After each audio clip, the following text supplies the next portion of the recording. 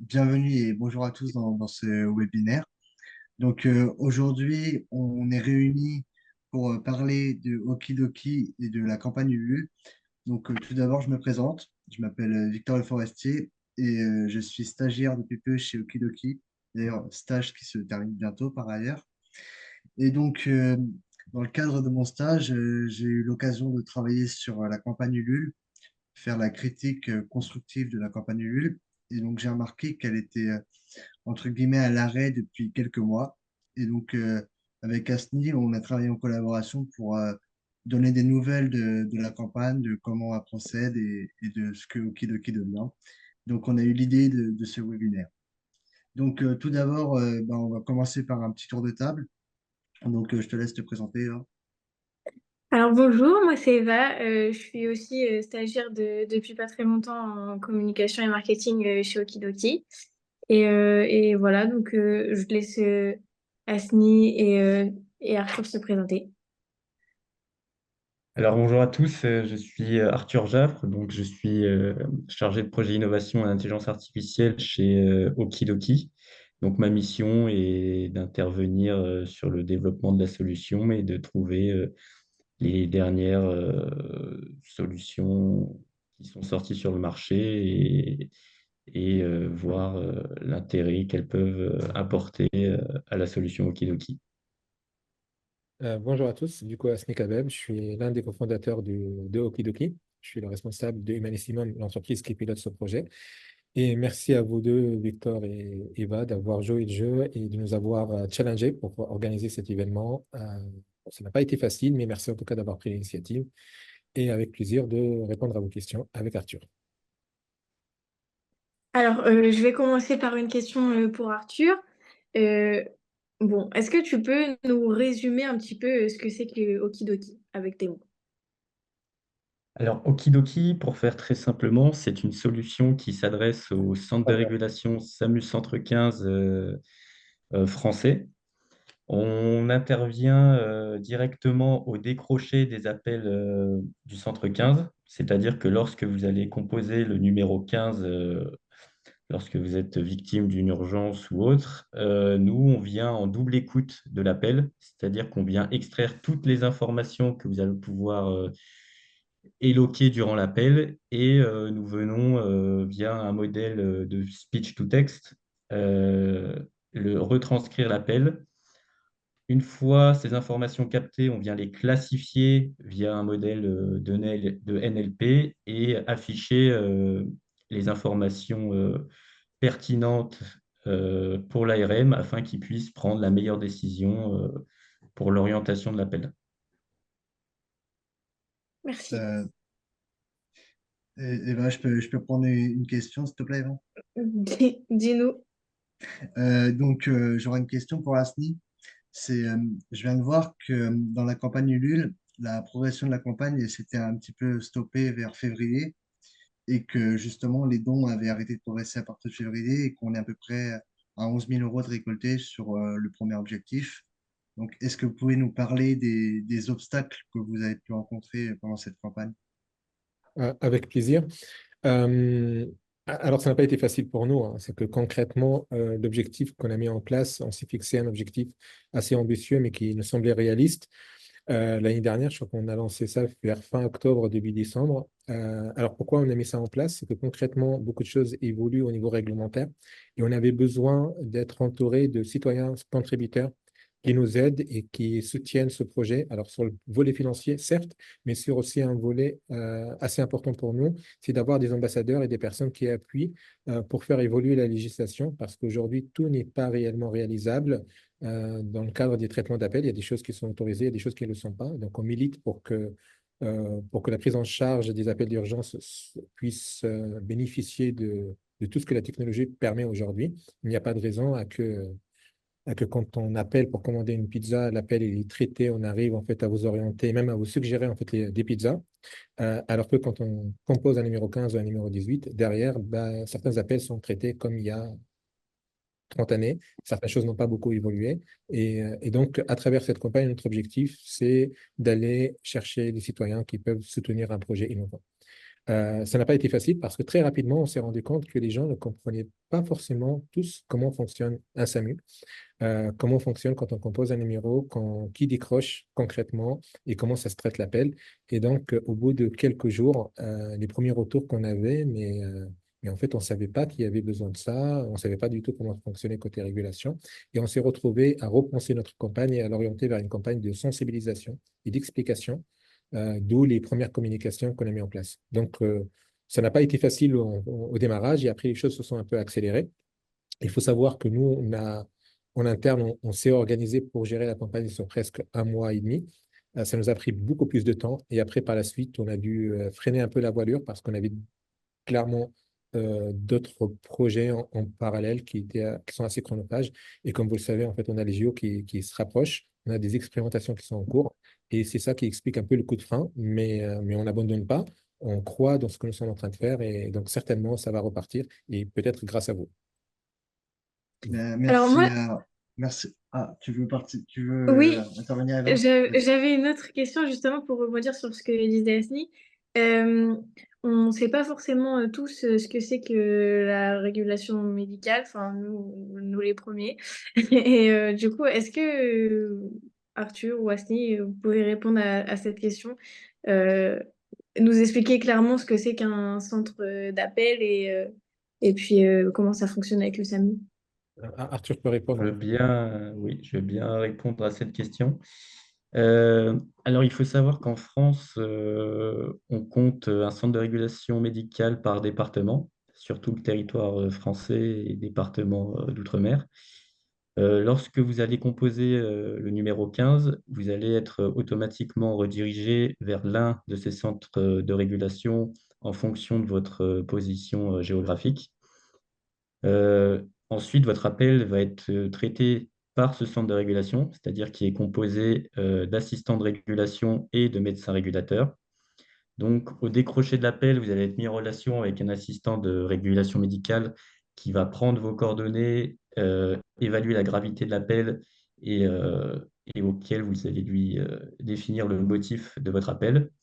Suite à ces informations récoltées, votre appel sera soit orienté côté régulation médicale, donc vous allez être mis en relation avec un médecin, ou si l'appel relève uniquement d'un conseil médical, le traitement de l'appel s'arrêtera à l'assistant de régulation, ou dans certains SAMU, on a ce qu'on appelle une régulation avec des médecins RPM, donc des médecins libéraux issus de la ville, avec qui vous allez être mis en relation et qui vont pouvoir vous apporter un conseil, des prescriptions médicales. Et dans le meilleur des cas, vous allez être mis en relation ensuite avec ce qu'on appelle un SAS. Donc, c'est une plateforme qui permet de vous allouer des rendez-vous médicaux lorsque vous avez soit pas de médecin traitant, soit que vous ne pouvez pas vous déplacer euh, dans la grande ville la plus proche, ou vous évitez tout simplement de vous déplacer aux urgences et de les engorger. Donc vraiment, le but du SAMU est d'améliorer le parcours du patient dans la résolution de son problème médical. Euh, Si je peux, Oui, Asni, et juste une petite précision, c'est que allez-y. enfin, nous, clairement, en fait, quand on parle de SAMU, on parle de régulation médicale. Il y a le côté urgent. On a l'impression qu'il faudrait composer le 15 uniquement quand il s'agit d'un événement grave. C'est un peu comme ça d'ailleurs qu'on perçoit en fait la régulation médicale, sauf qu'il faut savoir que depuis déjà l'avant Covid, on ne parle plus désormais que du SAMU, on parle aussi, comme vous l'avez évoqué Arthur, du SAS, donc le système d'accès aux soins.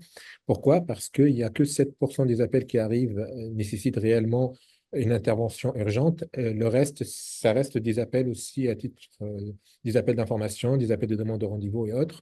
Et désormais aujourd'hui, quand on compose le 15, ils ne peuvent plus dire ce n'est pas un appel urgent, on ne peut pas le prendre en considération ou autre. Tous les appels devraient être régulés. Et pas régulés, dans certaines situations, on doit aussi aller jusqu'à permettre à une personne qui n'a pas de médecin traitant ou qui n'a pas la possibilité de prendre un rendez-vous de trouver la bonne structure qui peut le prendre en charge. Donc, il faut savoir que le 15 désormais régule les appels urgents et aussi les soins non programmés, donc qui sont un peu moins urgents, mais qui restent toutefois importants. Donc, beaucoup, beaucoup d'appels. On parle de plus de 30 millions d'appels chaque année qui progressent chaque année de presque 10%. Donc, tout ça passe par le numéro 15 et par le numéro 18 dans certaines situations. Voilà. Je ne sais pas si c'est Et clair. J'espère moi, qu'on a répondu à votre question, Eva. du Oui, coup, merci. Oui. je souhaitais rebondir aussi, du coup, parce que du coup, on a exposé les faits sur les solutions qui sont présentées par le SAMU, et j'imagine qu'il y a aussi d'autres solutions dans ce nouveau monde avec l'IA qui est à la mode. Mais du coup, pourquoi choisir Okidoki et pas, par exemple, une autre solution? Prenez les meilleurs. Alors, Il faut dire les choses là, différentes. pour aller un peu plus loin que la réponse apportée par Asni, tout simplement car Okidoki est complètement RGPD compliant. Il faut savoir que on est dans un milieu médical hautement réglementé. On manipule des données de santé qui sont extrêmement sensibles et on ne peut pas les manipuler avec n'importe quelle solution qu'on va trouver sur le marché. La force d'Okidoki, c'est que à l'heure actuelle, nous sommes, comme je l'ai dit, complètement RGPD compliant et certifié HDS, ce qui nous permet du coup de pouvoir manipuler ces données sensibles en toute sécurité. Et tout simplement que sur le marché français, nous sommes à l'heure actuelle les seuls à pouvoir faire cela. On a des challengers européens, mais qui sont du coup qui ne respectent pas les normes françaises à ce niveau-là. Ok, merci beaucoup. Et alors, moi, j'avais une autre question, plutôt pour Asni, je pense, celle-là. Mais pourquoi c'est à nous, du coup, de financer ce projet qui est un projet d'ordre public et c'est pas l'État qui le fait? Alors, il faut savoir que l'État, c'est nous, hein, déjà, pour faire un raccourci assez rapide. Mais concrètement, je crois comprendre que par votre question, vous voulez dire pourquoi une campagne comme celle d'Elul pour financer un entrepôt de données et pas l'État. Alors, il faudrait Oui, savoir que dans notre cas, notre démarche, comme je l'ai précisé dans l'introduction, c'est une démarche citoyenne. Nous sommes très conscients que nous sommes en train d'innover, nous sommes conscients qu'on est en train d'apporter un élément de différenciation sur lequel il y a beaucoup de questions qui se posent. Aujourd'hui, l'IA générative, c'est un peu plus démocratisé, donc on en parle plus facilement. Mais toutefois, il y a une certaine méfiance de ce qu'on appelle un peu la boîte noire. Et derrière, on a besoin de rassurer. Et pour rassurer, on a besoin d'embarquer d'autres citoyens avec nous, d'autres ambassadeurs, d'autres personnes qui croient dans ce que nous sommes en train de réaliser, des personnes qui savent en fait qu'on apporte une vraie valeur ajoutée. D'ailleurs, ce qui est assez motivant et assez challengeant pour nous, c'est d'avoir vu que parmi les premiers contributeurs, c'est aussi principalement des professionnels de santé qui se sont engagés, donc des personnes qui croient dans l'aventure Okidoki, mais qui savent aussi qu'on apporte une vraie valeur ajoutée.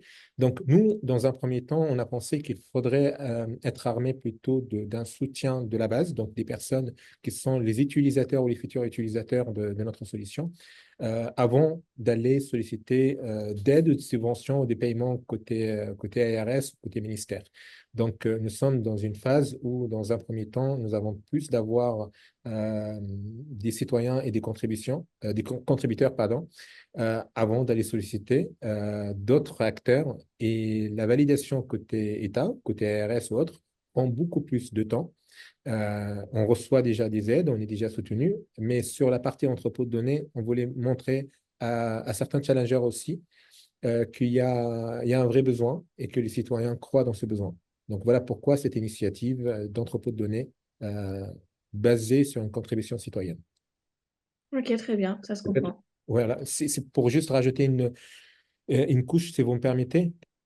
Je pense que quand on parle d'RGPD, quand on parle de données, ça fait toujours peur. Et quand on parle de données de santé, c'est encore plus. Alors imaginez quand on parle de données de santé vocales, donc la personne, en fait, elle parle pour un problème très grave, elle pose sa voix sur une situation qui n'est pas forcément la plus confortable.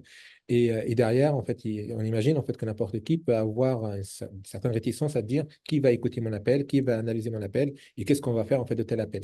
Donc, on voulait en fait à travers en fait cet entrepôt de données citoyens expliquer aussi que cette démarche, elle est soutenue par des personnes qui croient dans la valeur ajoutée en fait de notre technologie et aussi des personnes qui lui font confiance parce qu'on n'avance pas forcément très vite, mais on avance sur des bases solides. Et comme il a spécifié Arthur, notre vraie valeur ajoutée, c'est qu'on est 100% RGPD compliant, donc on ne surfe pas là-dessus. C'est vraiment la base du développement de Okidoki. Ajoutons à ça qu'on est ce qu'on appelle une intelligence artificielle à garantie humaine, c'est que notre objectif, c'est de ne pas remplacer l'humain, de ne pas lui dicter ce qu'il doit faire, mais plutôt d'être un outil d'aide à la décision, toujours sous supervision humaine. Je ne sais pas si c'est plus clair. Oui, oui, Yes. très bien, merci. Merci. Alors, moi, Ah, j'ai une question, question pour aller vite. Arthur, est-ce que tu peux, là, on a parlé de la campagne, parler plus général chez Okidoki, de qu'est-ce qui va se passer prochainement et de qu'est-ce qui se passe dans le cœur de l'activité. Alors alors, actuellement, pour répondre à votre question, nous sommes en train de tester notre solution dans différents SAMU français. Donc, on est dans une phase de test clinique avec différents projets de co-expérimentation en partenariat avec les SAMU français. Tu appelles les projets Ouais. d'expérimentation? C'est-à-dire qu'en fait, nous implémentons, nous déployons la solution à petite échelle dans certains SAMU français qui sont volontaires et qui souhaitent être bêta-testeurs de la solution. Ok, Et nous évaluons la solution afin d'évaluer si elle répond à nos attentes et aux besoins des SAMU français. Car il faut savoir que chaque SAMU français a un fonctionnement différent, a des attentes différentes, des besoins différents. Et, euh, et, le, et donc, le but, c'est de pouvoir d'avoir cette adaptabilité et cette flexibilité sur le terrain et de pouvoir, du coup, évaluer notre solution en conditions réelles. ok. J'espère avoir répondu à votre question. Ouais, c'était super, merci Arthur. Alors, donc, moi, si on peut terminer là-dessus, j'ai juste vu dernièrement que Okidoki s'était inscrit dans le Act for Impact. Est-ce que vous pouvez nous en parler un peu plus? oui, alors c'est tout récent comme information. Donc, c'était lundi dernier, le 10. Donc, concrètement, Elul choisit des projets à fort impact, donc des projets d'associations, d'entreprises qui apportent une valeur ajoutée ou qui ont la promesse d'apporter une valeur ajoutée. Donc, on a été sélectionné. Et donc, concrètement, on participe à un challenge qui est porté par BNP Paribas et qui a pour objectif de nous permettre d'avoir une meilleure visibilité. Il y a une contribution financière aussi. C'est que je ne sais pas quelle est la contribution exacte, mais BNP Paribas va contribuer au projet et elle va offrir à ceux qui vont être sélectionnés une meilleure visibilité médiatique et elle va accompagner financièrement d'une manière ou une autre. Je ne connais pas encore les modalités, mais il y a un accompagnement financier, il y a une contribution à la campagne en cours, il y a une visibilité médiatique qui sera offerte par BNP Paribas, qui est partenaire de cette opération. Voilà, D'accord. je vous en prie. Alors, je ne sais pas s'il y a d'autres questions. Moi, je voulais rajouter un élément parce que c'est un élément important et je pense qu'il faudrait le préciser. Comme vous l'avez évoqué au départ, Victor, au début de ce webinaire, à savoir que la campagne a démarré, après elle s'est un peu stagnée, ou elle s'est calmée. Elle n'est pas terminée. Elle n'est pas terminée pour la simple et unique raison que notre objectif, c'est quand même d'atteindre en fait les 100% et d'aller au-delà pour réaliser en fait la mise en place de notre entrepôt de données qu'on a déjà démarré. Alors, il faudrait savoir qu'on n'a pas attendu la fin. Il y avait déjà un accord avec Elul pour qu'on n'attende pas la fin pour qu'on puisse démarrer nos travaux. Mais clairement, on n'a pas atteint encore notre premier objectif et on compte sur nos contributeurs, ceux qui nous ont déjà fait confiance ou ceux qui peuvent écouter ce message pour rejoindre l'aventure et pour nous apporter leur soutien. Alors, notre objectif, c'est de pouvoir arriver en fait à, à ouvrir officiellement cet entrepôt de données qui est déjà assez avancé, qui va permettre à des citoyens comme nous tous de contribuer à améliorer l'entraînement de notre algorithme. On a des chiffres déjà assez intéressants, mais on ne couvre pas encore tout type de population, tout type d'ethnie. Et notre objectif, c'est de permettre à des personnes différentes personnes à contribuer pour poser leur voix et permettre à notre algorithme de monter aussi en compétences. Aussi, c'est de savoir que chaque contributeur, il apporte un peu sa contribution à la fois financière, mais aussi il a la capacité de poser sa voix. Et donc, c'est pour ça qu'on continue. La campagne, elle n'est pas fermée. Elle est, certes, elle a été un peu freinée parce que tout simplement, euh, c'est des ressources et c'est du temps. Et si on fait ce webinaire aujourd'hui, c'est grâce à votre présence. Il faut savoir en fait qu'on est en effectif réduit et qu'on est plus concentré sur le développement, sur l'expérimentation que sur la partie communication. Mais on espère, grâce à vous et grâce à ce qui a été fait, que la campagne reprenne en fait un nouveau souffle et qu'on puisse arriver à ouvrir, je l'espère, avant le déclenchement du CJO, déclenchement, avant le commencement des JO, notre entrepôt de données citoyen.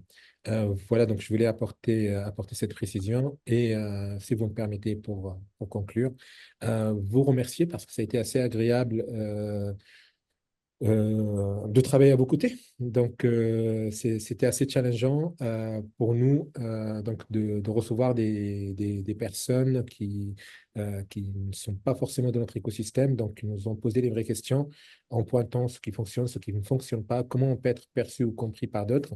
Donc, ça a été assez stimulant et donc je voulais vraiment profiter de ce webinaire pour vous remercier pour la dernière période qu'on a passée ensemble, pour votre contribution, Victor, et vous, Eva, voilà, pour Okidoki.